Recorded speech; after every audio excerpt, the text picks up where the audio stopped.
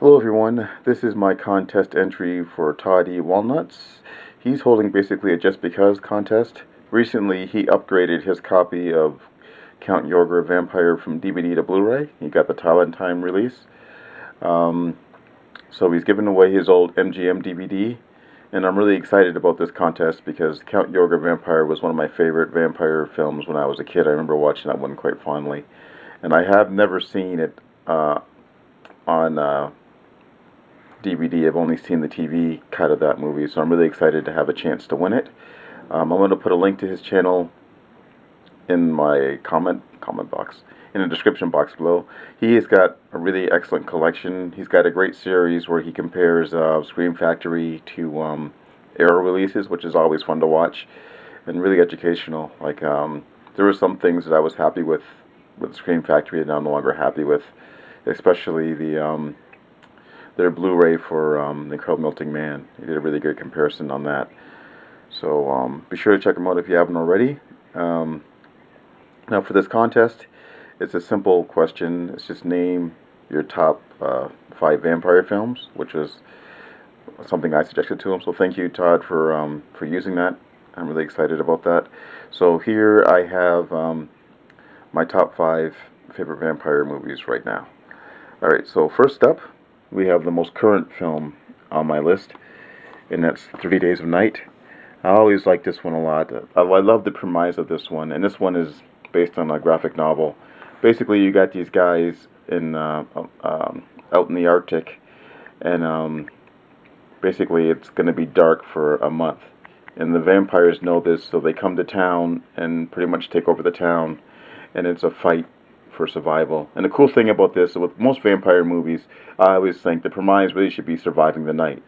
But what are you going to do when the night is 3 days long? It's a really cool movie. This one stars Josh Hartnett, Melissa George. It's a shame that she couldn't come back for the sequel. And they should have held out. If she wanted to do what they should have did it. They got another actress for the sequel. I really like the look of the vampires in this one as well. The way they're more feral with their teeth. Like, I prefer my vampires to be monsters, not necessarily to be all these lovey-dovey Twilight bullshit. I like the monsters, the ones with the insatiable hunger, for human blood. Alright, so that's number 5. At number 4, we have Near Dark, directed by Catherine Bigelow. This one stars Lance Henriksen, Bill Paxton, and Jeanette Goldstein.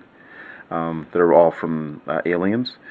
This is a really cool movie. This is kind of like a vampire western type thing where these vampires are living on the road like nomads, and basically they end up recruiting another guy into their fold by accident, but he basically isn't, vampire material, and they know this, and basically they want to get rid of him. But the young girl that turned him kind of wants to keep him and is in love with him. I really love this film a lot. This is my favorite edition of this. This is also available on Blu-ray, but the Blu-ray is kind of lame, and they made the cover look like it's a Twilight type film. There's Bill Paxton there. There's Lance Henriksen. Let's see, Jeanette Goldstein, and this little boy here. I forget who he was. His name is. He also was in The River's Edge. I think he only made 2 movies. Let's see if the other actors are here. I think this is Jenny White, and she also was in I, Madman, and then Adrian Pasdar, and he actually went on to be in Heroes. I think his name was Nathan Petrelli or something on that show. That's when he was younger there. But this is one of my favorite vampire films, especially of the 80s. I prefer this one to the very similar Lost Boys. I'm sure you'll probably see a lot of Lost Boys on everybody else's top 5 lists, but you won't be seeing it on mine. Alright, at number 3, we have From Dusk Till Dawn. One of my favorite movies. I remember when I first time I watched this movie on VHS, I turned around and started watching it again, which I usually don't do anymore. I used to do it a lot when I was younger, but in my 20s, I enjoyed it so much I had to flip it on and watch it again. This is kind of the half and half movie, half gangster kidnap flick and half vampire type film. A lot of fun with this one. I still need to finish watching the TV version of this. I was enjoying it a fair bit, but I just stopped watching it. Really cool movie. Like, you got Tarantino, George Clooney, Juliette Lewis, Harvey Keitel. You know, Danny Trejo was also in this as well, and Selma Hayek, who was totally sexy as all hell in this one. There she is there with her snake doing her stripper dance. Basically, these guys kidnap these people, and they're going to spend the night at this strip bar, and it ends up being filled with vampires and run by vampires. Love this film a lot of fun. Totally cool, you know. And Tarantino was alright in this. Usually when he acts, I don't really like his acting, but he was alright in this one as Reggie. Alright. At number 2, we have another comic book entry, and we have Blade. Really enjoyed this one a lot. This was actually the first Marvel movie to actually be good, because they had a couple lame ones, like Fantastic Four, they didn't release, in Captain America. But this one, everything clicked. Probably because this one doesn't really just go with the original, you know, comic book, but it's still a great film. I hope they do come back and revive this series of Wesley Snipes. I really love this one. I'm sure everybody's seen this. I wish I had gotten a steelbook for this one too. It goes for really good money. I should have picked it up when I saw it.